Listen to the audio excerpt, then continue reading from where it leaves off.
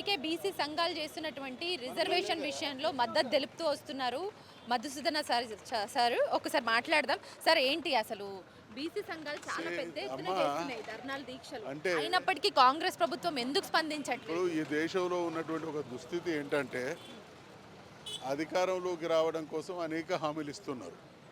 అధికారంలోకి వచ్చిన తర్వాత ఇచ్చినటువంటి హామీలను నిలబెట్టుకోవడానికి లేదా ప్రజలు మాకు అన్యాయం జరిగింది అనేది ప్రభుత్వాల దృష్టికి తీసుకొచ్చినప్పుడు పరిష్కరించడం అనేది ప్రభుత్వాల బాధ్యత.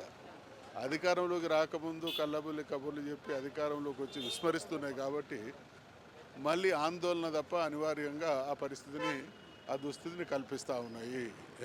ఇవాళ దేశానికి స్వాతంత్రం అసలు నేను విన్నా మా తాతగారు మా నాయనగారు తాతగారు వాళ్ళ నాయనగారు చెప్పేదట, దేశానికి స్వాతంత్రం వస్తే అన్నీ అయిపోతాయి అనుకున్నాం బిడ్డ, కానీ దేశానికి స్వాతంత్రం వచ్చిన తర్వాత అప్పటికి అంతకుముందుకు తర్వాత ఉన్న పరిస్థితికి ఏం తేడా లేదంటున్నారు.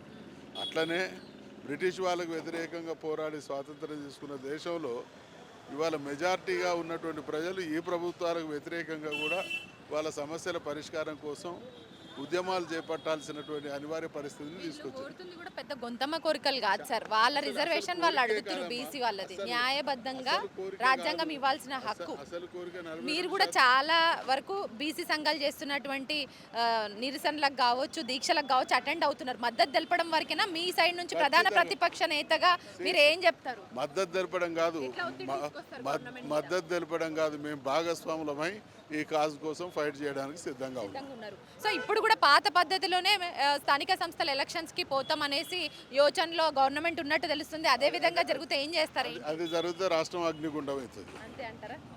సో ఏం చెప్పదలుచుకున్నారు సార్ ఇప్పుడు కూడా ఈ దీక్షకు మద్దతు తెలపడానికి? మేము సుదీర్ఘ పోరాటానికి 42% రిజర్వేషన్లతో పాటు మేమెంతో మాకంత అనే దానికి న్యాయం జరిగేంత వరకు ఈ దేశంలో ఈ రాష్ట్రంలో ఉన్నటువంటి బీసీలు ఒక దీర్ఘకాలిక పోరాటానికి సన్నాయత్నం కావాలి.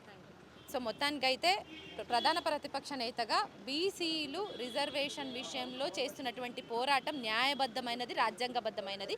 ఖచ్చితంగా వాళ్ళ పోరాటానికి నా మద్దతు ఎప్పుడు ఉంటుంది. ప్రధాన ప్రతిపక్షంగా మా పోరాటం ఖచ్చితంగా పార్లమెంటు స్థాయిలో వేడి పుట్టించే విధంగా రానున్న రోజుల్లో మా ఉద్యమ ఆకాంక్ష కావచ్చు, ఉద్యమ పోరాటం పంత కావచ్చు ఉంటుందనేసి హెచ్చరిస్తున్నారు గవర్నమెంట్ని మధుసూదనాచారి మాజీ స్పీకర్.